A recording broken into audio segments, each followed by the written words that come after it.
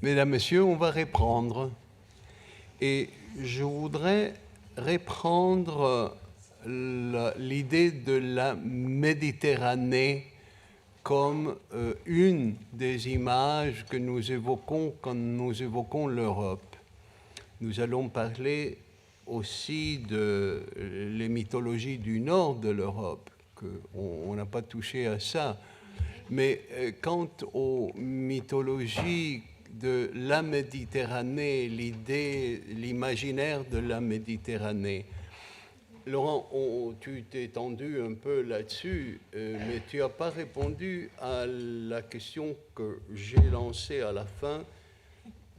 Et l'Afrique du Nord? Ah, et l'Afrique du Nord. Et maintenant, il faut que je réponde.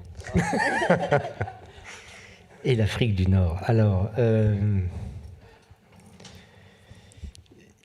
c'est probablement la raison qui me fait aimer cette double cartographie européenne d'une part et méditerranéenne d'une part. C'est que si on ne prend que la carte européenne, et quand je dis européenne, je parle essentiellement de la construction européenne, effectivement, il manque à la fois la rive sud de la Méditerranée, mais également la rive est de la Méditerranée.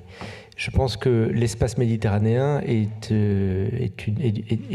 riche, effectivement, évidemment des pays du Maghreb, mais aussi, si vous voulez, on parle toujours nord-sud quand on parle de Méditerranée, mais il faudrait aussi parler est-ouest, parce que pendant longtemps, et à nouveau d'ailleurs maintenant, cette séparation, entre guillemets, ou ce dialogue entre l'Est et l'Ouest de la Méditerranée est extrêmement important. Je pense au Liban, je pense à la Turquie, bien sûr.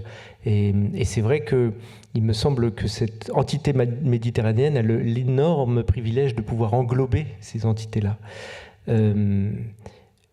Avec l'Europe, évidemment, je vais être moins optimiste, parce que notamment vis-à-vis des pays du Maghreb, parce que tu parlais des mers tout à l'heure, et tu nous avais donné rendez-vous avec ce sujet-là, les mers.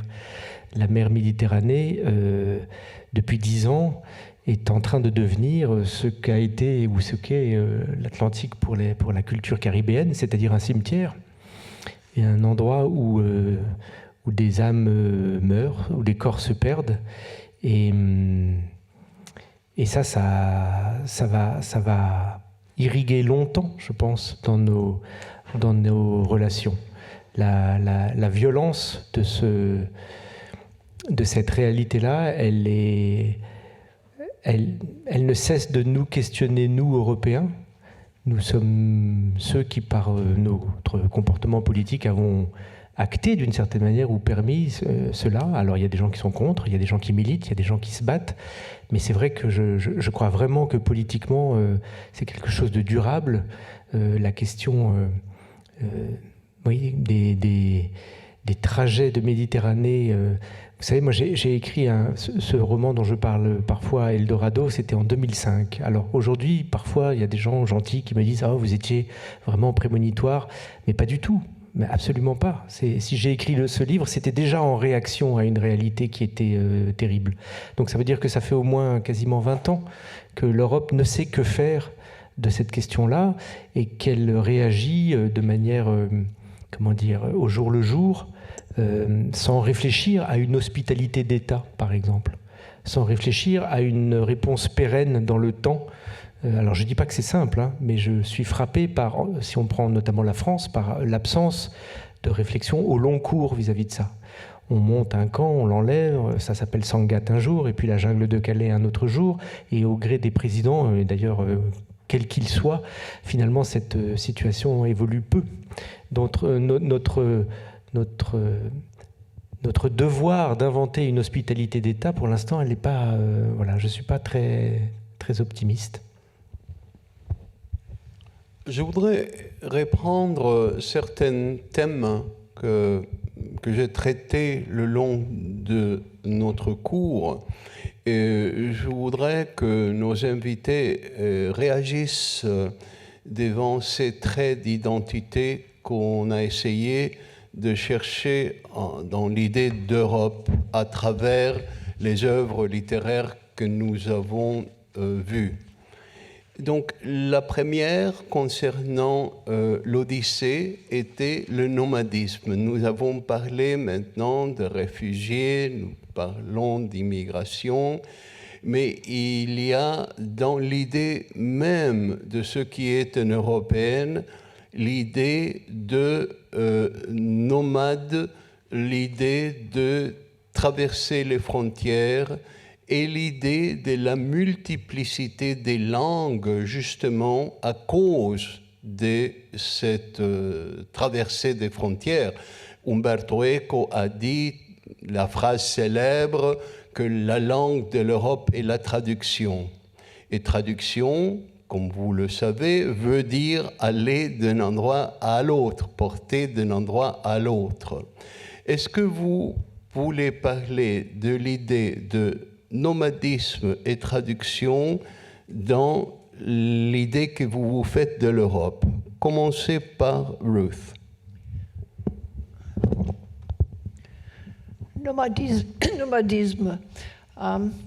Je veux commencer avec l'exhibition à la British Museum aujourd'hui à Stonehenge. Et j'ai vu une plaque de l'âge bronze, je pense 1500 années avant Jésus-Christ, qui était la première description graphique de cosmos, le soleil, les étoiles et la lune. Il était découvert à Germanie, et le or du soleil et la lune était un DNA, je ne sais pas comment, était de Cornwall. De Cornwall. C'est extraordinaire. Le nomadisme et le commerce des métaux, des trade, de toute façon, commence à la même temps, même dans l'âge de bronze. Oui, je pense.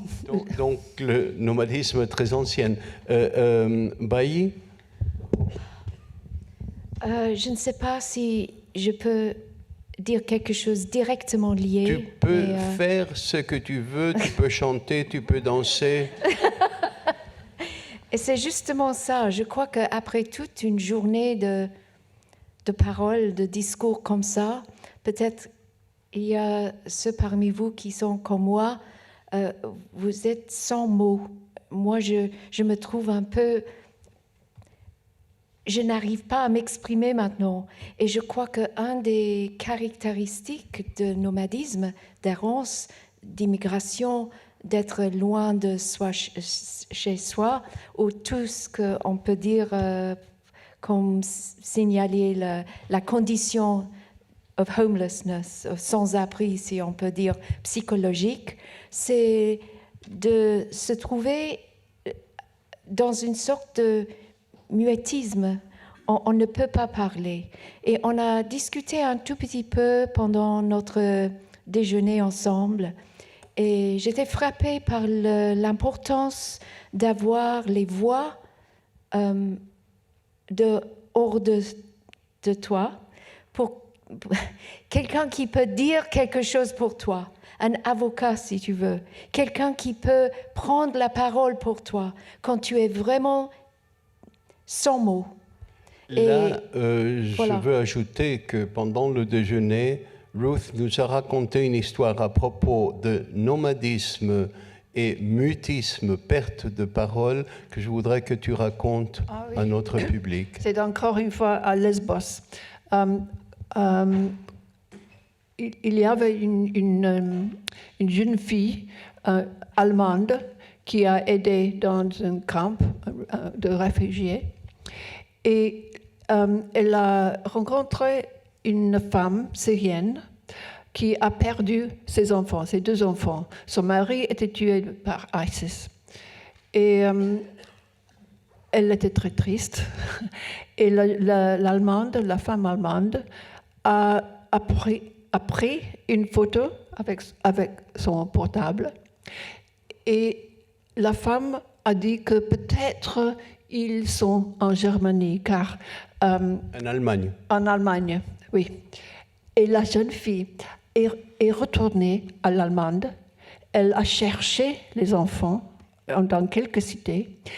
Elle a trouvé une dans une cité et le fils dans une autre. Et tous les deux enfants ont devenu muets. Avaient perdu la parole. Ouais, un peu pas Quand parler. ils ont perdu la mère, ils ont perdu la parole. Ils étaient si traumatisés. Et la jeune fille a montré la photo de la mère et il commençait à parler. Laurent, Encore sur moi. c'est ton tour. C'est mon tour. Sur le nomadisme. Sur le nomadisme, je ne sais pas si ça rentre tout à fait dans la question, mais je vais quand même le tenter. Moi, je suis frappé par le fait qu'il y a encore beaucoup d'endroits en Europe, et notamment, je pense à l'Italie du Sud, mais à l'Irlande, où il y a encore une mémoire familiale possible du départ, de l'exil, de la nécessité de partir, et que cette chose-là, et même pour parler peut-être de choses moins tragiques que le grand départ des Irlandais, ou en tout cas une émigration intérieure, par exemple en Italie du Sud, que je connais quand même bien, il y a énormément de familles dans lesquelles très concrètement il est inscrit une sorte de fatalité du départ, parce que le travail c'est au nord, parce que les études même c'est au nord. Donc cette culture de savoir ce que c'est que d'avoir rendez-vous avec le départ comme une fatalité nous ramène peut-être effectivement à cette figure d'Ulysse qui effectivement a quelque chose à voir profondément avec l'Europe et la Méditerranée. Et évidemment c'est une douleur, mais je pense que c'est aussi très précieux et que probablement c'est une capacité de savoir ce que c'est que d'avoir dû partir, c'est pas rien, voilà. Et ça crée à l'inverse. Alessandra, nomadisme et l'Europe. Alors, je veux vous remercier, Alberto, parce que dans ce que j'étudie, le nomadisme est souvent vu comme un état d'esprit à atteindre, surtout depuis Deleuze et Guattari. Mais l'Africain, dans cela, devient un outil de la pensée, de l'état d'esprit, de surtout l'homme européen. Donc on va voyager ailleurs, et je pense que beaucoup de nos films, l'un des derniers films d'Antonioni, se rend compte un peu de cette problématique. Et le fait que vous gardiez l'idée du nomadisme et surtout la douleur que nous avons tous évoquée, et c'est là où j'aimerais aller. C'est au début, on a discuté de la nécessité d'avoir un chez-soi. Et la raison pour laquelle j'ai un contact avec Alberto, c'est parce que je cherchais l'auteur d'un livre, Craig Stevenson, qui avait écrit un livre sur la possession chez Jung. Comment est-ce qu'on dit Jung? Carl Jung. Et l'idée d'être possédé, c'est de trouver son siège, d'être assis en soi.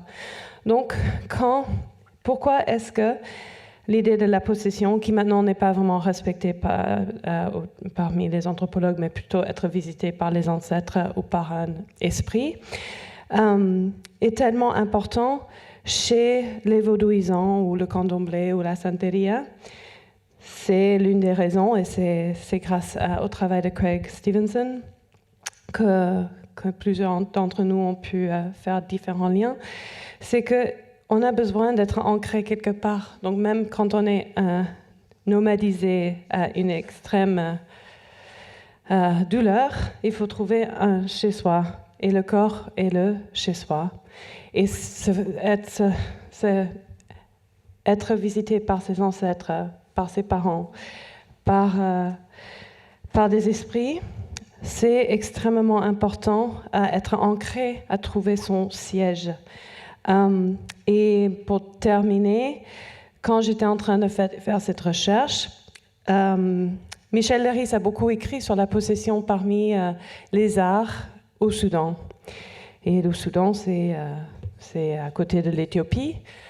Et quand beaucoup de Juifs éthiopiens sont partis en Israël, après des générations, des siècles, des chercheurs en Israël ont trouvé qu'ils ont recommencé à pratiquer la possession zar.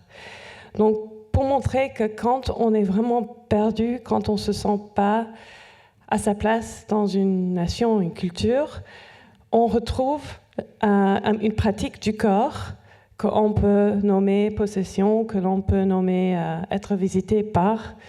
Mais je pense que ce sens de nomadisme est très important à tenir en compte. Le livre de Craig Stevenson s'appelle Possession. Il va être traduit en français.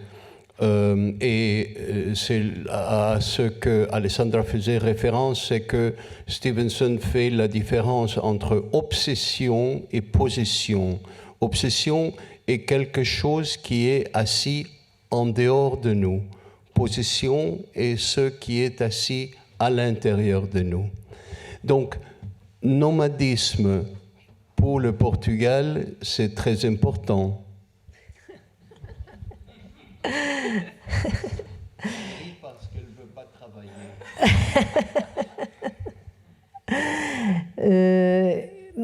Je ne sais pas qu'est-ce que tu veux que je dise. Il y a beaucoup de façons de parler là-dessus. D'un côté, je dirais aussi, je ne sais pas si avec le nomadisme, il y a toujours la question du déracinement. Donc, c'est de notre nature être nomade. Pourquoi est-ce qu'on est nomade? Dans le passé plus récent, les Portugais ont été nomades plutôt parce que, pour des raisons économiques, ils ont immigré en France, par exemple, au XXe siècle, pour des raisons politiques aussi, à cause de la dictature. Il y a beaucoup d'immigrés, soit en Europe, en France, en Belgique, plutôt en Amérique latine. Il y a des chaînes migratoires très intéressantes au XXe siècle dues à des questions politiques. À cause de la dictature dans laquelle on a vécu beaucoup d'années.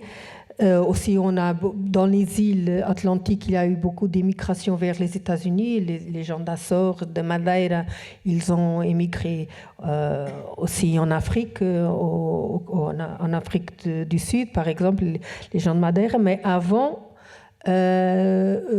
au XIVe siècle, au XVe siècle, tout cet esprit nomade, c'était beaucoup plus...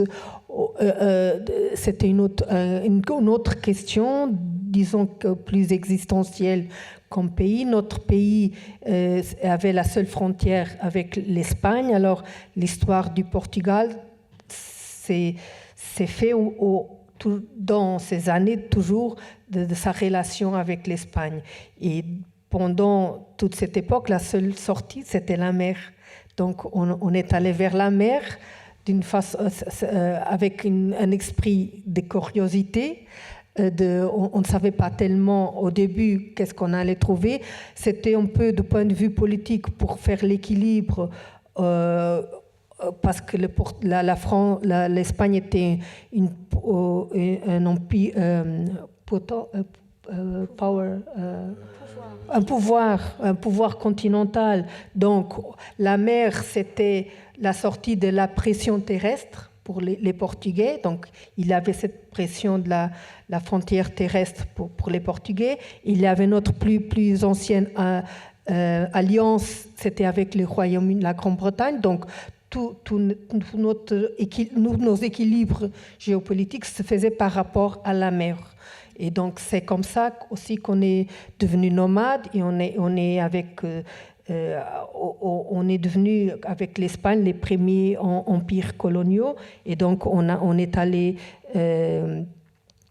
on a voyagé partout, en Asie, on a eu à l'époque le plus grand empire colonial, et déjà le Portugal a eu aussi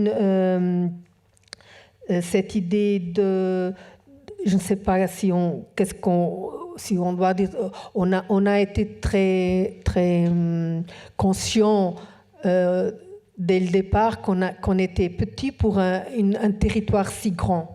Donc notre politique dès le 15e, le 16e siècle, c'était de nous mélanger avec les autres. C'était une politique officielle de la cour portugaise, c'est de faire des mariages avec des locaux parce qu'on n'avait pas des nationaux.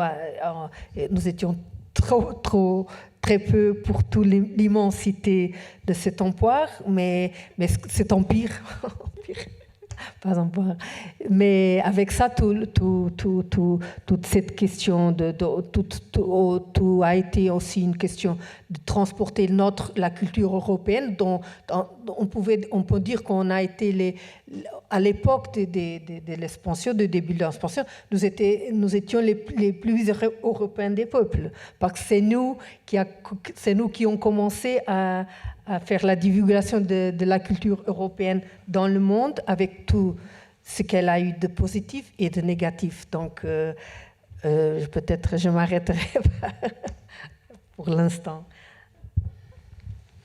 L'Ukraine a un nomadisme tout nouveau, parce que est-ce que les Ukrainiens ont beaucoup bougé avant cette guerre? En étant historienne, je voudrais bien vous découvrir les cultures très anciennes des territoires de l'Ukraine, parce qu'on a parlé beaucoup de nomades, mais on a oublié un peu des agriculteurs. Et moi, je propose de faire un discours en histoire pour voir comment la mentalité peut être liée avec le style de vie. C'est bien connu que beaucoup de tribus, au passé, on a eu la vie de nomade. Et les nomades, qu'est-ce que c'est les nomades? On peut dire que c'est la découverte, mais c'est aussi l'agressivité. C'est l'agressivité, mais c'est aussi des guerres. Mais on peut dire aussi interpréter ça comme l'ouverture vers le monde. C'est la nécessité de découvrir aussi des espaces.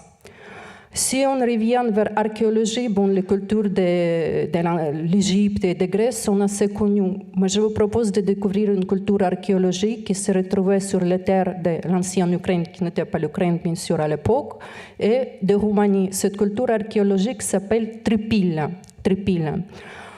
C'était une culture très ancienne des agriculteurs qui était vraiment très développée. Déjà, ces personnes, on a essayé de créer presque anciennes villes, donc les anciennes villes. C'était la culture des gens qui ont travaillé sur la terre. Et on sait que la qualité des terres de l'Ukraine, c'est la terre noire. La vie d'agriculteur, je pense, c'est un peu différent que la vie de nomade. On peut peut-être définir les sociétés des agriculteurs comme plutôt les introvertis. Mais pourquoi? Parce que les agriculteurs se concentrent sur eux-mêmes. Quelle est la tâche des agriculteurs? C'est améliorer leur propre société, donc c'est améliorer leur propre monde. C'est un peu à l'opposé de nomade, le style de vie. Finalement, après une longue histoire, cette culture de Tripile, elle est disparue. On ne connaît pas vraiment le destin, mais il y a des hypothèses des archéologues que finalement on est des héritiers directs de cette culture qui était tout simplement transformée, qui était transformée dans des autres cultures.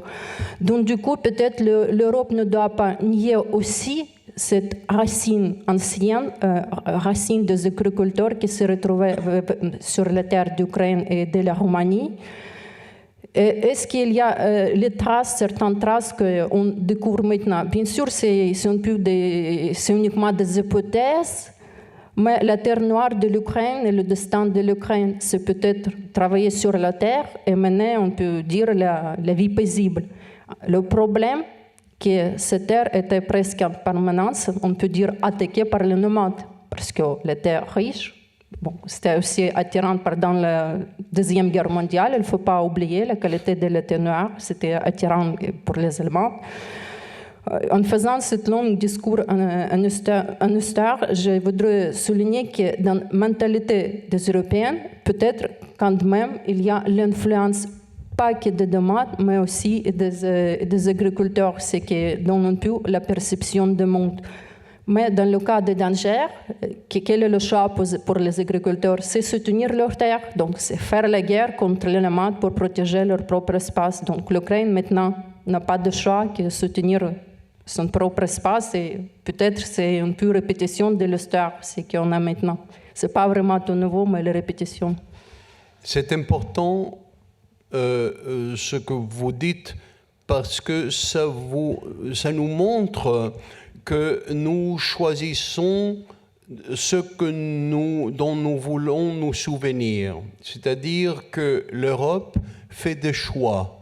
Et par exemple, elle ignore ou ne veut pas se souvenir de cette relation entre l'agriculture et la guerre qui est si importante, qui marque beaucoup de l'histoire de l'Europe. Donc, ce choix de mémoire que nous faisons pour nous identifier, Katharina, veux-tu adresser ce que tu penses d'où est la mémoire de l'Europe? L'Europe comme identité a une mémoire, que ce soit la mémoire de la Grèce, que ce soit la mémoire du Moyen-Âge, que ce soit la mémoire des 2 guerres mondiales. Donc, quelle est la mémoire que nous devons choisir pour nous définir comme Europe? Je crois que c'est un peu difficile de répondre. C'est toutes ces mémoires que tu as. Pour nous, les Européens, je crois que c'est plus la culture gréco-romaine, l'Empire, le Moyen-Âge, la question de la science, la révolution scientifique, ce qui a commencé en Europe. Et c'est un des défis qu'aujourd'hui, on est encore... on est là sur l'extrême de la révolution scientifique. Qu'est-ce qu'on fait avec l'intelligence artificielle, avec tout ça? C'est quelque chose qui a commencé en Europe. Mais tu disais que tu définissais comme européenne. Aujourd'hui, avec une mémoire de l'Europe face à l'Amérique, par exemple. Oui, je dirais plutôt que je crois qu'en Europe, dans les pays de l'Union européenne, parce que quand on parle de l'Europe, il y a tout un modèle social et the rule of law, l'idée de rule of law, le respect des droits humains qui sont encore très forts, et une certaine peut-être relation à l'argent qui n'est pas la même que maintenant aux États-Unis, quand les États-Unis ont subi dans des dernières années, parce que tous ces changements, il y a quelque chose qu'on sent qu'on se définit maintenant par rapport aux États-Unis. C'est quelque chose, je trouve, de nouveau dans ce contexte de mondialisation. Parce que, par exemple, le Covid, la façon dont le système de santé aux États-Unis a géré sa crise, pour moi, c'est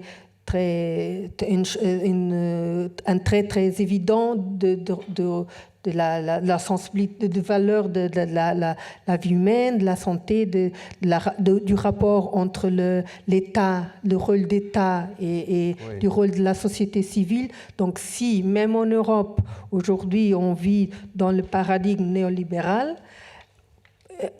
qui a été un modèle d'origine anglo-saxonne qui s'est imposé partout dans le monde, de toute façon, nous avons encore certaines défenses au niveau de l'Europe, de l'Union européenne, même si elles ont été remises en cause. Mais je crois maintenant qu'elles sont de nouveau je crois qu'on vit maintenant avec tout ce bouleversement que la guerre en Ukraine a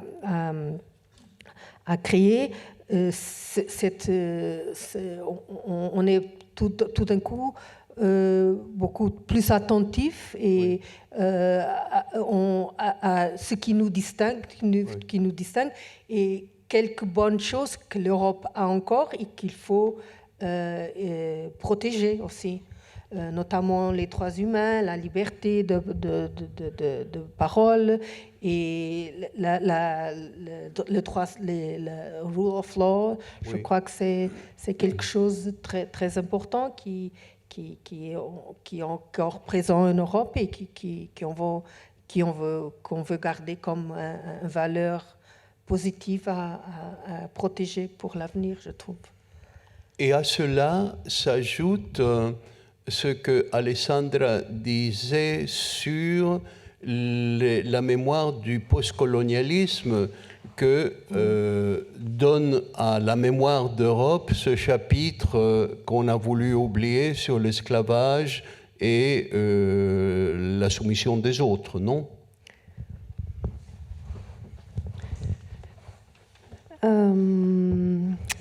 Oui, voilà, la question de la mémoire de qui, on privilège la mémoire de qui. Et je suis obsédée en ce moment par la question de la haine et de la vengeance et de ce qui se passe après que l'on a été victime de quelque chose d'horrible. Comment est-ce qu'on passe à une prochaine étape et comment est-ce qu'on valorise. Laurent a parlé de la passion. Je pense qu'il y a beaucoup de passion, mais souvent cette passion est soit comprise comme la haine ou être fâché, une colère qui n'a pas un sens. Et pour moi, je suis obsédée par l'idée de légitimiser la colère dans l'espace public. Donc ça c'est le côté négatif, si je devrais dire, ou c'est-à-dire pas vers quelque chose d'avenir, mais au déjeuner on parlait de cela aussi. Comment est-ce qu'on crée des moments relationnels entre nous? Comment est-ce qu'on peut, dans les mots de Fanon, le grand anticolonialiste, comment est-ce qu'on pourrait juste chercher à s'aimer l'un et l'autre? Et pour moi, ça, c'est l'avenir de l'Europe. Comment est-ce qu'on peut laisser aux gens qui n'ont pas eu le droit d'avoir leur mémoire, l'espace d'avoir leur mémoire, peu importe l'émotion avec laquelle ça sort, et aller avec cela dans quelque chose qui s'appelle l'amour.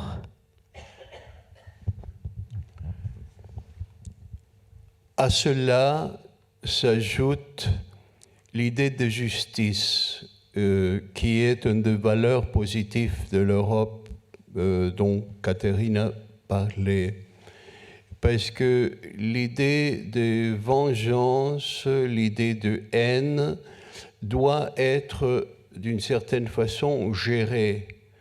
Il y a dans les sociétés européennes une idée de justice sociale qui est donnée par les lois d'un pays ou de l'Union européenne, et de l'autre, la justice individuelle, comme on voit maintenant en Ukraine. La nation est envahie et les individus prennent les armes pour lutter contre cette invasion. Laurent, je veux te poser la question par référence à l'Europe et les différentes Europes dont nous avons parlé. Quel rôle vois-tu pour ce dialogue entre justice sociale et justice individuelle? Alors là, tu me poses une colle en plus à cette heure-ci, là, de plus en plus difficile. Que dire? Est-ce que je peux juste tricher un petit peu? Et j'aurais bien aimé répondre à la question que tu as posée à Katharina. C'est ton rôle comme écrivain. Voilà, alors je triche. Je vais peut-être finir par répondre à ta question, mais juste pour cette question de la mémoire, Moi, c'est pour ça que j'ai tenté de définir dans mon texte, finalement, ce qu'on pourrait appeler comme une identité européenne, comme un humanisme inquiet. Humanisme, parce que c'est quand même chez nous qu'est née cette belle idée, dont en fait on a beaucoup parlé sans vraiment la traiter directement. Quand on parlait du changement de point de vue, c'est une des définitions de l'humanisme, en tout cas c'est celle que donne par exemple Patrick Boucheron. Être capable de changer de point de vue, c'est la base de l'humanisme. Donc le gai savoir, enfin toutes ces choses-là, l'abbaye de Thélème, on n'en a pas parlé, mais c'est quand même aussi ici que tout ça a eu lieu et ça doit nous rendre aussi intéressés, curieux, joyeux et inquiets pour toutes les raisons qu'on a évoquées. C'est que nous avons régné, chacun de nos pays a régné sur le monde entier. Le Portugal a régné sur le monde à son époque, l'Espagne ensuite, la France, l'Italie. Tout le monde a régné sur un bout du monde, un gros bout du monde. Nous savons parfaitement ce que nous avons fait quand nous avons régné. Nous n'avons pas été meilleurs que ceux qui règnent aujourd'hui. Et je ne peux pas croire qu'il n'y ait pas une sagesse à être ceux qui ont régné et que ce soit au passé. Ça doit nous porter une forme d'épaisseur. Nous avons régné, nous avons vu où ça nous a amené. Ça nous a amené au gouffre dont on parlait si souvent. Alors, est-ce qu'aujourd'hui, la question est à nouveau de régner? Moi, c'est une question qui me hante beaucoup. On entend énormément dans les discours politiques actuels sur l'Europe cette petite musique qui, au fond, consisterait à dire, je vais simplifier, mais si on veut avoir un poids face aux États-Unis et à la Chine, il faut une construction européenne forte. Moi, c'est pas avec cet argument-là qu'on fera naître en moi, personnellement, la passion citoyenne pour un projet. Ça manque d'utopie, ça manque de rêve, et je sais ce qu'on fait quand on règne. Donc, c'est aussi une boussole. Le fait d'avoir régné, pour moi, tue définitivement le mythe, là aussi, dont on n'a pas parlé, du translatio imperii, c'est-à-dire qu'au gré des siècles, c'est les uns après les autres, chacun son tour, d'être le puissant du moment. Moi, j'ai l'impression que l'Europe doit avoir fait le tour de cette question-là. Et ça me plonge toujours dans une profonde mélancolie quand je vois que, aussi bien sur les questions, par exemple, de conquête de l'espace, que des questions de matières premières sous-marines, on y retourne exactement comme on est toujours allé face à l'inconnu, c'est-à-dire avec des drapeaux, avec ce sentiment de compétition, de course, de le premier qui y est a le droit de dire que c'est à lui. C'est toujours ce même mouvement-là. Or, il me semble que dans cet humanisme inquiet qui nous définit, il devrait y avoir une clé pour enfin aborder les choses autrement. C'est très utopique ce que je dis, mais j'ai envie de l'être parce que j'ai envie que l'Union européenne et l'Europe justement affirment ce message-là. Le but n'est pas uniquement de retrouver son rang dans les grandes puissances. Ça ne peut pas être que ça. Ça serait trop déceptif. Il y a tant d'autres choses à rêver. On a parlé d'un nouveau pacte entre l'homme et la nature. Ça, j'y crois. Ça peut m'embarquer dans une aventure politique passionnante et vitale. La question du savoir aujourd'hui, du partage du savoir, la question de la liberté individuelle au moment de créer un humanisme du 2.0, ça m'intéresse. Comment est-ce qu'on protège nos données? Comment est-ce qu'on protège nos libertés? Regardons ce qui se fait en Chine en ce moment sur l'identification faciale. Enfin, je pense que sur tous ces domaines-là, l'Europe a une voix singulière à faire entendre et qu'elle ne peut pas simplement reproduire le vieux schéma de la conquête. Voilà. Je n'ai pas du tout répondu à ta question, Alberto, mais pardon. C'est parfait, tu as beaucoup mieux fait. Ruth? Oui, on peut parler avec Sophocle, l'Antigone de Sophocle, car ça c'était une guerre civile, une guerre fraternelle. Et les frères d'Antigone se tuent l'un l'autre. Et un a protégé la cité, il a protégé les murs et l'État, et l'un je sais que vous tous savez l'histoire. Et l'autre frère qui a besieged the city, attaqué la cité, ils n'enterreraient pas.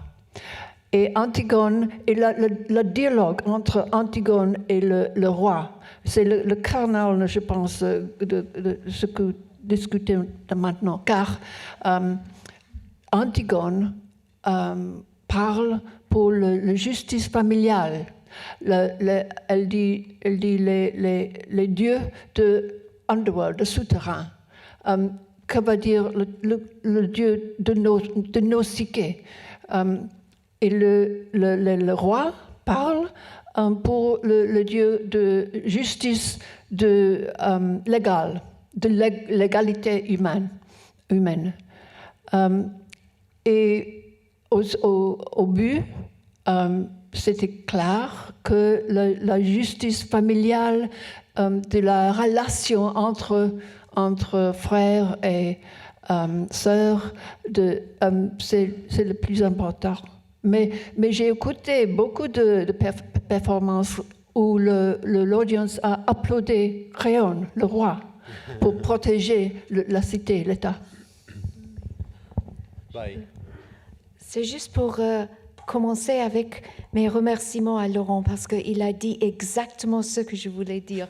Donc, merci infiniment d'avoir les mots forts pour dire ça parce que on a parlé de la forteresse. Moi, j'ai toujours pensé que la vraie strength, pouvoir, force de l'Europe, c'est d'être fragile.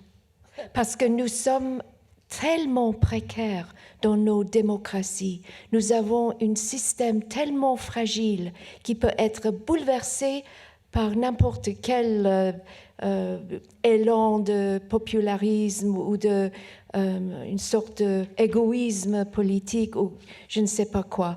On a plusieurs exemples autour du monde, on peut regarder. Mais la vraie force, c'est de reconnaître que nous avons fait toutes les erreurs possibles pendant des siècles. Nous avons connu les conséquences nous-mêmes, dans le sens que nous avons parlé pendant notre déjeuner encore, contre Passo. Nous avons vu qu'il y a des conséquences. Et je veux juste ajouter un petit exemple de la justice un peu ironique. On a parlé des grands sens de justice pour les crimes qui sont sans nom et sans fin. Mais il y a aussi une sorte de justice ironique qui se passe devant nos yeux en Europe aujourd'hui. Et c'est que après avoir été sourde, après être sourde et aveugle contre toutes les douleurs qu'on a commis dans le monde en tant que colonialiste ou n'importe quelle sorte de pouvoir sur tous les autres peuples. Maintenant, on est obligé, les représentants de nos nations dans l'Union européenne, nous sommes ironiquement obligés d'être assis pendant des heures et des heures en entendant les opinions sans cesse des autres parmi nous. Donc, nous sommes obligés, nous sommes dans un sens punis par notre vraie démocratie, l'exigence d'être patient parce que la consultation est difficile avec les gens, avec les opinions tellement différentes que nous avons dans le monde européen. Donc, notre justice est la conséquence, si vous voulez, de notre crime d'être sourde. Maintenant, il faut apprendre comme de vous qui sont tellement patientes avec nous devant vous, qui répètent des choses sans cesse. Voilà. Merci. Bien sûr. Je suis un moteur diesel et là maintenant je m'emballe au bout de 6 heures. Non, je voudrais réagir à ce que dit Bailly parce que moi je pense que très souvent des éléments qui sont reprochés à l'Europe, à son fonctionnement actuel, peuvent être aussi retournés comme des points finalement de solidité. Et je pense, alors je vais essayer d'être rapide, mais la lenteur, on a beaucoup et on reproche souvent et beaucoup à l'Europe d'être lente. Mais la lenteur, c'est la nuance, c'est la concertation. Qu'est-ce que c'est que la vitesse en politique ? Essayons de voir le contraire. La vitesse en politique, moi, ça me fait peur, dans 80% des cas. Donc il y a cette idée-là. L'autre idée me vient d'une discussion que j'ai eu la chance d'avoir avec l'ancien, ça fait très chic comme ça, mais l'ancien Premier ministre italien Enrico Letta, qui venait parler d'Europe et qui nous disait que pour lui, l'expérience européenne, c'était une expérience de la minorité. Aucun pays tout seul ne peut faire passer quelque chose. Alors pour nous, Français, c'est particulièrement difficile. Parce que nous, on adore l'homme providentiel qui monte sur un cheval et qui part avec romantisme à la conquête du monde. Mais cette expérience permanente de la minorité, de la nécessité de faire des alliances, de convaincre, de parler, de discuter, je pense que c'est une solidité aussi. Elle est frustrante souvent, elle est peu convaincante pour ceux qui auraient envie d'aller plus vite, plus fort, mais c'est aussi une base sur laquelle on peut construire quelque chose. Et je pense notamment aux grands débats qui auront lieu nécessairement dans les décennies qui viennent, parce que ce sont des enjeux de planète. Quand on va bientôt être en droit de se demander si l'Amazonie est brésilienne ou s'il faut trouver un autre statut à l'Amazonie, à la forêt amazonienne. Moi, j'ai pas envie qu'on fasse ce qu'on veut de cette forêt amazonienne sous prétexte que ça ne regarderait que le Brésil. Je prends cet exemple, je pourrais prendre l'Antarctique, je pourrais prendre des tas d'endroits du monde qui sont des endroits, on le sait maintenant, absolument clés et vitaux pour l'écosystème planétaire. Sur toutes ces questions-là, on va avoir d'immenses conversations planétaires. Je ne peux pas imaginer que les Européens n'aient pas un pas d'avance, parce que nous, ça fait déjà 20 ans qu'on est habitués à des grandes tables où tout le monde donne son avis, où il faut avancer lentement. Je pense qu'on a une culture de la concertation qui va servir dans les années qui viennent. Et la dernière chose que je voudrais dire aussi, c'est que tous ces éléments qui peuvent paraître parfois un peu déceptifs, ça j'en suis convaincu, mais je voudrais le partager avec vous, ne peut pas nous faire oublier que cette expérience européenne que nous vivons là, et chacun a ses colères, j'ai les miennes, vous avez les vôtres, mais il y a quand même quelque chose d'inouï dans cette réunion de 27 pays qui décident de lier leur destin. Je ne crois pas que ça ait existé nulle part ailleurs, en fait, sauf si c'est un empire, ou si c'est par la force, ou si c'est sous le mode de la conquête. Je crois que toute chose meurt et tous les empires finissent par mourir, donc il est probable que cette expérience politique finira aussi par se délabrer un jour, dans 10 ans ou dans des siècles, je ne sais pas. Le jour où ce sera le cas, je pense qu'on la regardera un peu comme on regarde aujourd'hui, je ne sais pas moi, la Sicile de Roger II, la Sicile des Normands ou El Andalus, c'est-à-dire comme un étrange moment où finalement des équilibres improbables ont tenu. Et je pense qu'il est bon aussi d'essayer de temps en temps de dézoomer un petit peu sur ce que nous vivons pour nous dire, cette chose-là, on va la regarder avec tellement d'émerveillement dans 50 ans que essayons d'avoir un tout petit peu d'émerveillement dès maintenant. Voilà. Magnifique. Merci. Peut-être on peut parler de l'Europe comme musique. Car la musique est une image de justice et de balance. Et la musique européenne est le résultat d'un processus d'évolution par beaucoup de siècles. Mais la musique, comme Orphée était le musicien archétypal de l'Occident, et au fin, il était détruit par les Ménades. Ménades, merci. Et harmonie.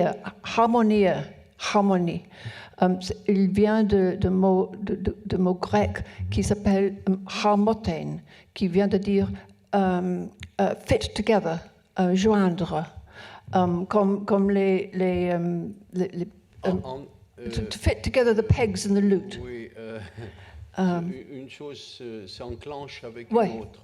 Oui, harmotein. Et pour Platon, Harmonie, c'était une image musicale et médicale et politique et sociale. L'harmonie de la cité, de l'État, était la justice. L'harmonie de corps était health, Santé. et la santé. Dans la mythologie, la harmonie soi-même était la fille d'Aphrodite et Mars. Ça veut dire sexualité et la guerre. Et l'harmonie a un collier qui, avec with a curse, cursed. Une malédiction. Avec une malédiction, car le mari d'Aphrodite était très, très enragé que Aphrodite a une jeune fille avec son amour, pas Mars, Hermès. Et la malédiction, c'est quelqu'un qui vole cette collier va être détruite. Ça veut dire que harmonie est un produit d'amour, sexualité et violence. Et elle est encerclée de violence. Et avec la lutte, si on ne peut pas tourner les choses, vous avez disharmonie. Ça, c'est la vulnérabilité que tu parles. Et l'harmonie, c'est quelque chose de très fragile. Et oui, ça.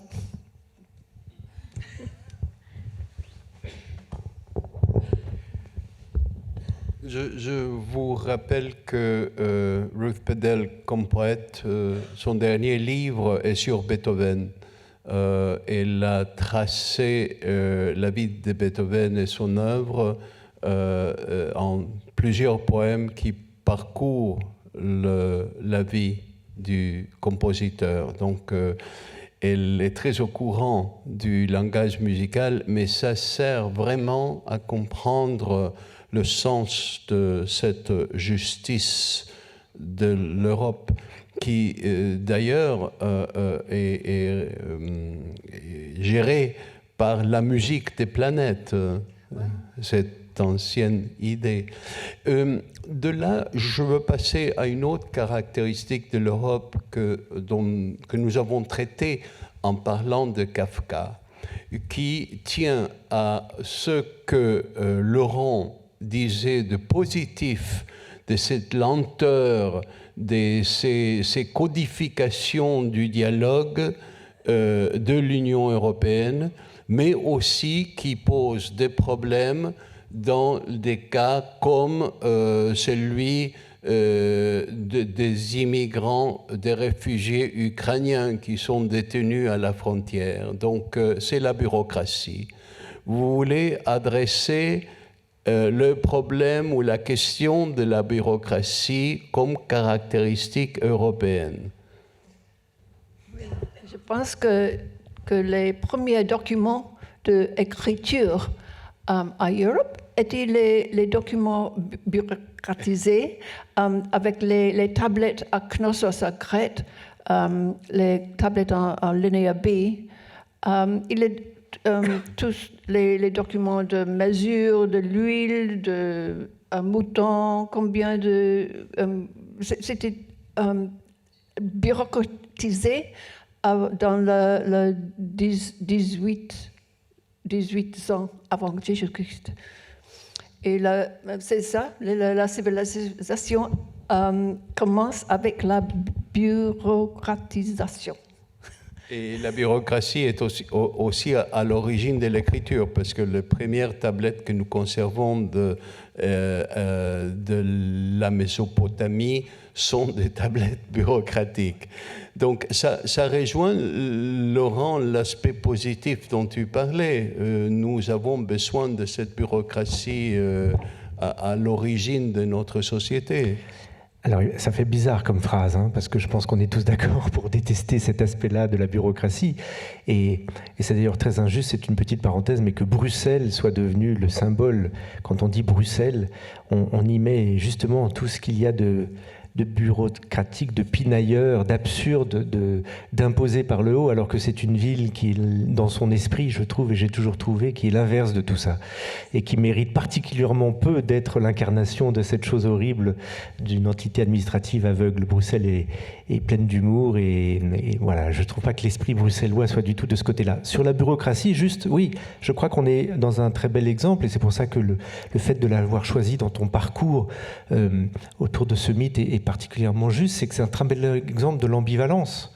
Il est très facile de faire la liste infinie de toutes les absurdités, les empêchements, les ralentissements, les choses vraiment insupportables que génère cette bureaucratie. Et en même temps, elle est née aussi parce qu'elle portait la raison d'État. Elle voulait préserver les plus faibles.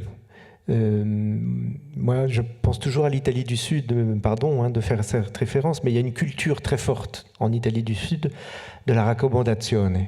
Si vous connaissez quelqu'un qui connaît quelqu'un qui connaît quelqu'un, vous êtes sauvé. Et le jeu consiste encore aujourd'hui, ne nous leurrons pas, à fonctionner comme ça. C'est-à-dire que la bureaucratie, c'était aussi, dans son acceptation première, une manière de lutter contre le fonctionnement clanique. C'est de dire que tout le monde, a priori, doit remplir le même dossier et aura peut-être, allez, soyons utopiques, la même chance. Donc on est vraiment là, je crois, dans l'ambiguïté fondamentale, et puis aussi les choses aussi simples que les actes de propriété, les délimitations de terre, toutes ces choses si importantes et qui génèrent tant de sang aussi quand elles sont mal définies sur plusieurs générations. C'est aussi une manière de prendre en charge cet aspect-là des relations sociales. Donc on est dans l'imbroglio effectivement parfait. Katharina, quand tu travaillais au gouvernement, est-ce que tu trouvais la bureaucratie positive ou négative? La démocratie? La bureaucratie. La démocratie, si tu veux répondre aussi. Oui, la bureaucratie, c'est un mal nécessaire. Donc, quand pour moi, donc, est devenu un mal nécessaire, peut-être plutôt. Quand on a quand les sociétés deviennent de plus en plus complexes, il faut les organiser. Donc, il faut des systèmes d'administration. Donc, il faut et tout d'un coup, ces processus grandissent chaque fois. Et en Europe, pour construire l'Europe, ça a une complexité encore plus grande parce qu'on a plusieurs langues. En fait, on a plusieurs cultures de relations, comme Laurent dit, les cultures des pays du Sud. On a cette culture de la connaissance, et même par rapport aux impôts. C'est très normal que dans les pays du Sud, toujours, on essaie de fuir les impôts. C'est quelque chose que dans le nord d'Europe ne se passe pas. Donc il faut créer un corpus avec une certaine homogénéité pour gérer cette diversité. Donc on est toujours comment. Donc c'est le grand atout de l'Europe, c'est cette unité dans la diversité. Et qu'est-ce qu'on parle quand on parle de diversité? On parle de diversité de langue, de culture, de moyens de vie. Et puis il faut avoir une traduction pratique de ça. Et ça, c'est la bureaucratie. Et donc, oui, la bureaucratie, c'est devenu... aussi, l'Europe a commencé avec 6 pays, puis 7, puis 10, puis 12, maintenant à 27. Et là, c'est vraiment un grand défi quand on parle aujourd'hui sur l'Union européenne. Comment est-ce qu'on peut, d'une façon effective, gérer toute cette complexité? Et bon, je crois que c'est difficile de penser comment ça peut se passer parce que en fait il faut de l'organisation. La question c'est que l'organisation est devenue quelque chose en soi-même et on s'est perdu dans l'organisation, et donc l'Europe a perdu l'âme qu'elle avait ou elle n'avait pas. Mais au début, je crois qu'elle avait beaucoup plus. Et donc, ce que les gens aujourd'hui...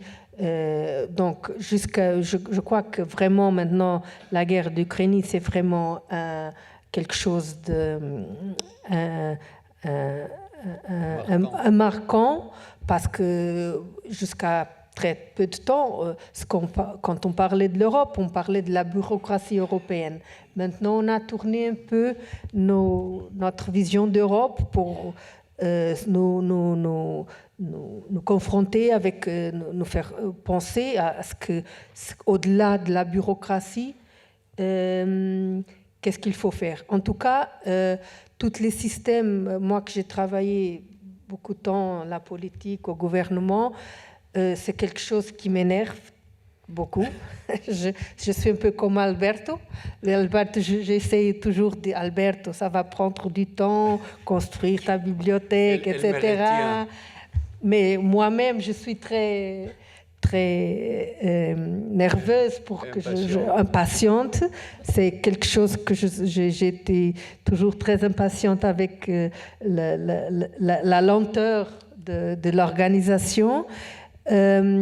Mais aussi, c'est quelque chose que tous les systèmes politiques maintenant, aujourd'hui, se rendent compte, c'est que la politique a tellement changé. Les modèles de gouvernance, nous avons maintenant le pouvoir des réseaux. La réalité est devenue tellement complexe que gérer la réalité est de plus en plus complexe. Alors, il y a toute une science, c'est science de la complexité, et comment est-ce qu'on doit organiser les systèmes pour qu'ils puissent être plus efficaces dans cette complexité. Et donc ça, c'est aujourd'hui, c'est un lieu de recherche aussi, scientifique et pratique.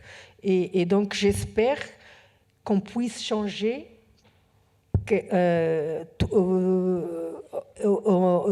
aller gérer peut-être un peu dans le futur cette complexité de la bureaucratie, parce que c'est vraiment quelque chose qui nous empêche, même si donc la démocratie, peut-être qu'on a besoin, dans les parlements, c'est plutôt une question de négociation, mais après, pour faire les choses aboutir et pour avoir des résultats, c'est vraiment des processus très compliqués d'avoir une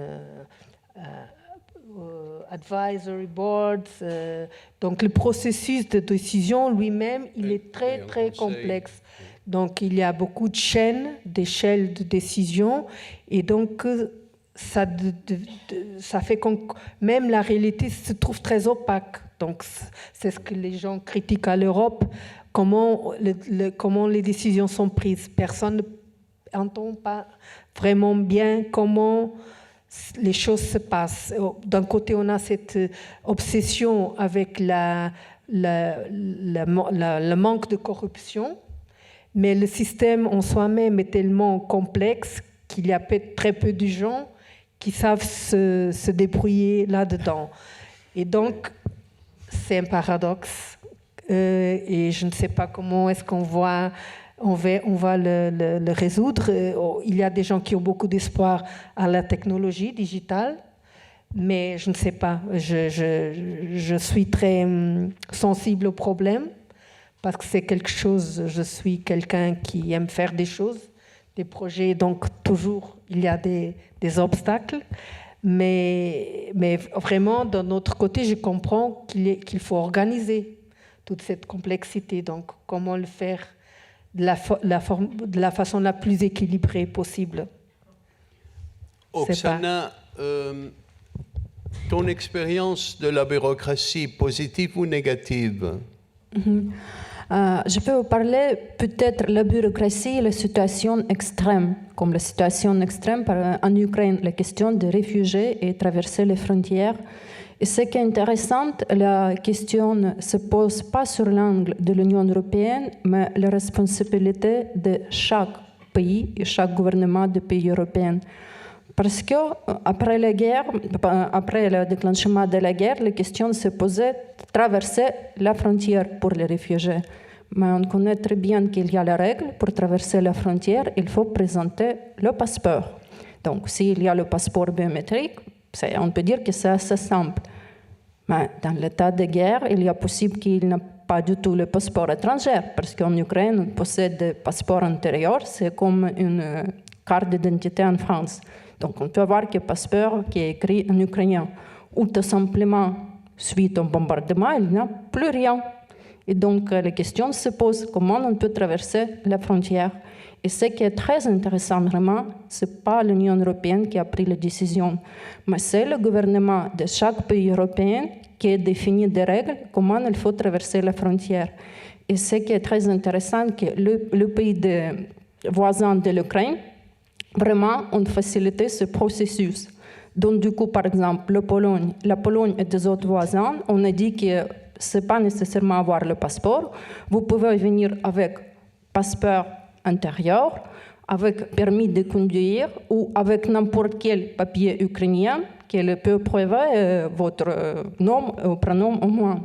Et on a parlé un peu de digitalisation. Oui, je crois à ça parce qu'en Ukraine, on a commencé une réforme et on a fait quelque chose dans nos téléphones portables. Heureusement, il y a à peu près 2 ans, on a mis le passeport étranger et permis de conduire dans le téléphone portable. Beaucoup de monde. Et c'est vrai que parmi certaines personnes de réfugiés, se retrouvaient personnes qui ont uniquement le téléphone portable, mais ils n'ont pas de papier. Mais c'était possible d'entrer dans ce système ukrainien, en Pologne, et voir tous les papiers dans la façon électronique. Donc oui, il y a déjà l'exemple que la digitalisation, ça peut aider, et ça peut aider dans les situations vraiment extrêmes. Et déjà, il y a quelques pays du monde qui s'intéressent à cette technologie ukrainienne. Ensuite, l'exemple très concret, les gens possèdent des animaux, donc il y a l'évacuation avec des animaux, mais peut-être l'animal n'a pas le passeport et même il n'est pas vacciné. Est-ce qu'il y a la solution? Oui, la solution existe, la solution est très simple, mais ensuite c'est grâce aussi au peuple. Quand les Ukrainiens ont traversé la frontière de Pologne avec l'animal sans passeport et sans vaccination, c'est les volontaires polonais qui ont fait un rendez-vous chez vétérinaire et très rapidement, les animaux étaient vaccinés et chippés et ils ont obtenu le passeport vétérinaire. Donc, du coup, dans les situations extrêmes, on peut trouver une solution. Juste, il faut voir le désir. Pourquoi la Pologne a essayé, elle a réussi quand même de gérer cette entrée vraiment des millions et millions d'Ukrainiens. Oui, la Pologne a réussi. Il m'est difficile un peu de dire quelle était exactement la règle de la part de la France, parce que j'ai eu quand même un passeport biométrique. J'ai traversé la frontière avec passeport biométrique. Mais il y a cet exemple qu'il y a la réaction. Donc, c'est pas que question aussi de l'Europe, c'est aussi peut-être aussi la responsabilité du gouvernement national et le désir de trouver une solution.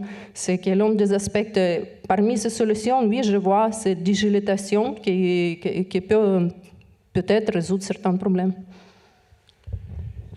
Avant de passer aux questions du public, j'en suis sûr que vous en avez, je voudrais vous poser la question la plus simple et la plus difficile. Et vous la répondrez comme vous voulez, en 2 mots ou en 10. Pour chacun d'entre vous, qu'est-ce que c'est l'Europe? Bye.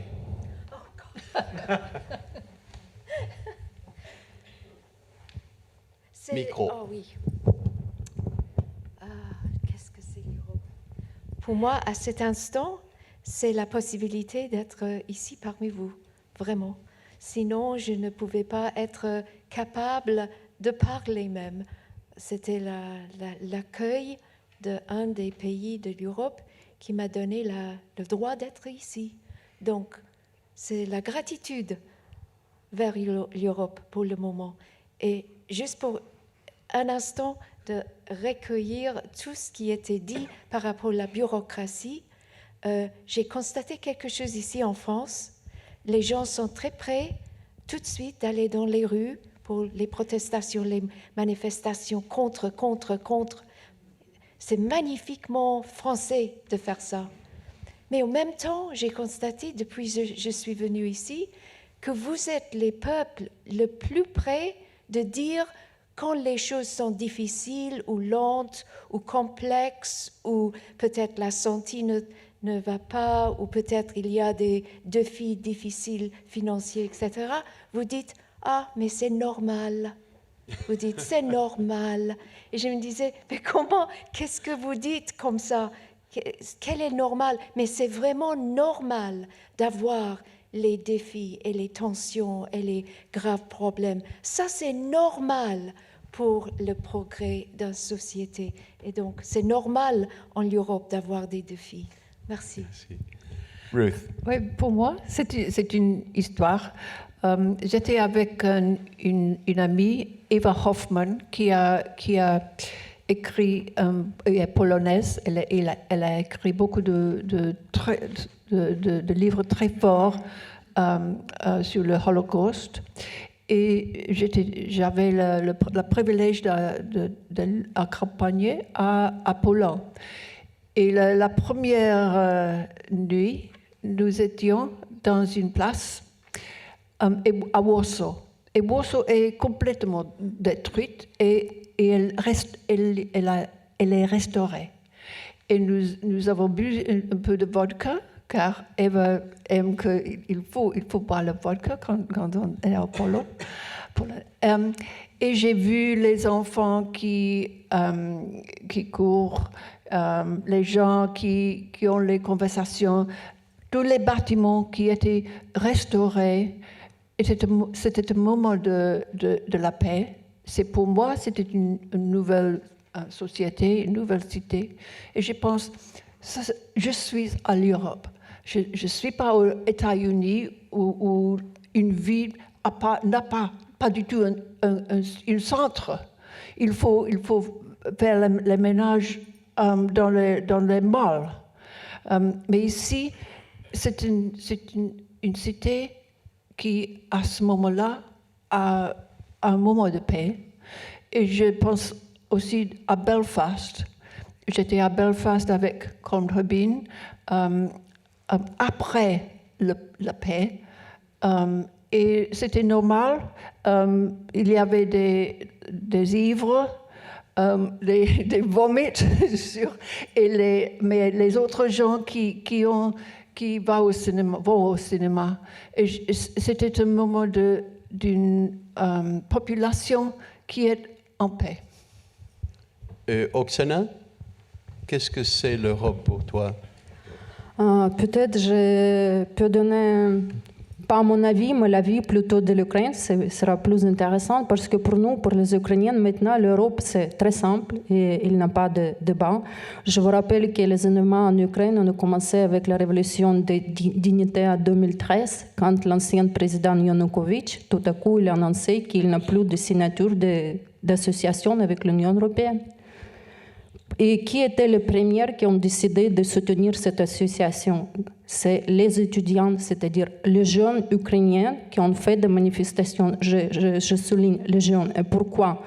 Parce que pour ces jeunes étudiants et ensuite pour des autres Ukrainiens, c'était l'obstacle à la voie de la liberté. Donc pour nous, l'Europe, c'est très simple, c'est la liberté et la démocratie. Donc maintenant, les Ukrainiens souvent disent que nous, on soutient les valeurs européennes. Et les Européens peuvent poser la question, mais qu'est-ce que c'est les valeurs européennes? Parce que l'Europe est très bureaucratique. Mais nous, pour nous, c'est la liberté de faire le choix et peut-être l'État démocratique. Parce qu'on se trouve exactement sur Carrefour. De l'un côté, on voit l'Union européenne avec le système démocratique. De l'autre côté, on a la Russie avec le régime autoritaire. Et on connaît très bien qu'est-ce que c'est le régime totalitaire et autoritaire. Et donc, on comprend très bien qu'est-ce que ce sera le retour vers le régime autoritaire et totalitaire. Voilà pourquoi peut-être les Ukrainiens sont prêts même à mourir pour la liberté. Parce que si on va faire faillite, c'est la liberté qui va faire faillite. Et peut-être, je peux même poser cette question à toute la salle, peut-être pour les Français, c'est peut être plus compréhensible Parce qu'il ne faut pas oublier liberté, égalité, fraternité. Est-ce que ce n'est pas le slogan des Français qui commence par le mot de liberté? Et peut-être vous, les Français, vous pouvez comprendre la position de l'Ukraine plus facilement. Merci. Alessandra, qu'est-ce que c'est le... Je sais ce que je veux dire et je ne vais pas le dire parce que c'est plus facile de dire quelque chose qui ressemble simpliste. Donc je vais raconter... Non, parce que c'est difficile de le dire pour moi. Mais je vais raconter par une histoire. C'est le mythe de la Révolution. Et je crois que ce qui est très beau, c'est une très belle histoire et peut-être ça pourrait être mon désir pour une conscience de l'Europe. C'est que quand Napoléon a voulu réinstaller l'esclavage en Haïti, parce que la France a été le premier pays à abolir l'esclavage en 1794, et Toussaint Louverture voulait rester avec la France parce qu'il pensait que c'était plus intéressant économiquement. Et puis Napoléon a pris le pouvoir et il a réinstallé l'esclavage. Et donc, voilà la révolution haïtienne. Les Polonais sont venus avec l'armée de Napoléon pour aller contre les Haïtiens qui luttaient pour leur propre liberté. Quand ils ont vu ce qui se passait, ils ont décidé de changer de côté. Donc en Haïti, il y a beaucoup d'Haïtiens avec des yeux bleus et avec des noms de famille polonaises. Ça, c'est l'Europe que moi je veux voir. Merci. Katharina?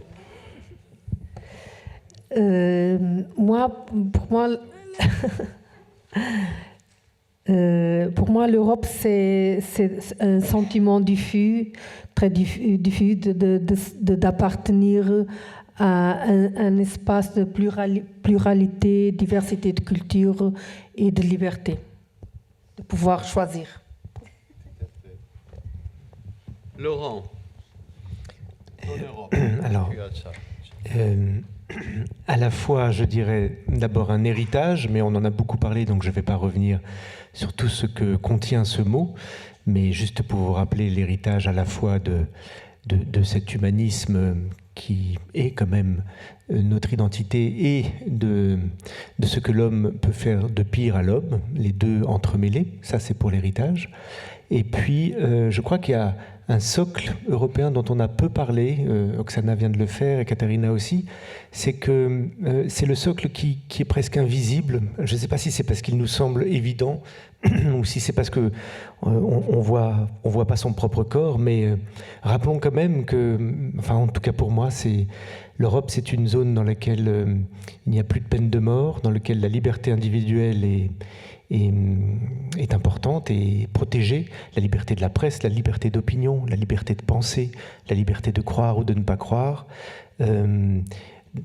Probablement une des zones qui a le plus, c'est pas la seule, mais le plus le souci d'aller vers une égalité plus grande entre les hommes et les femmes, où le mariage s'est ouvert à d'autres réalités que simplement le schéma classique, l'IVG, toutes ces choses-là ne sont pas encore totalement partout en Europe, mais sont quand même un socle dont on parle finalement peu, alors qu'on en jouit et qu'on y tient, je crois, beaucoup, et qu'on serait désemparé de nous le voir retirer. Et puis pour finir, je crois que c'est une aventure politique. Moi, j'ai envie de reprendre ce mot qui contient peut-être un peu de souffle, un peu de désir. Camus a une très très belle expression dans la 3e lettre à un ami allemand qu'il écrit pendant la guerre, où il parle justement, où il oppose son Europe à celle que le régime nazi essaye d'imposer à l'Europe à ce moment-là. Et il termine par cette expression: nous allons continuer à essayer de la construire dans le vent de l'intelligence. Je ne sais pas très bien ce que c'est que ce vent de l'intelligence, mais je trouve que cette expression est tellement belle que j'ai envie de la faire mienne et de redire que si dans les 10, 20 ou 30 ans qui venaient, l'Europe pouvait retrouver le vent de l'intelligence, ce serait quand même merveilleux. Merci à ces magnifiques invités qui sont la preuve de ce vent de l'intelligence. Merci.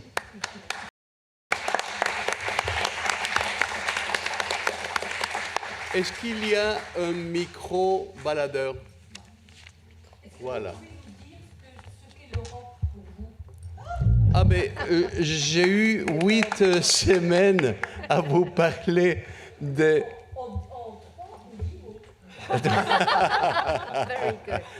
L'Europe pourrait être toutes ces idées que nous avons entendues ici. Est-ce que vous avez des questions pour nous inviter? Alors, voilà, monsieur.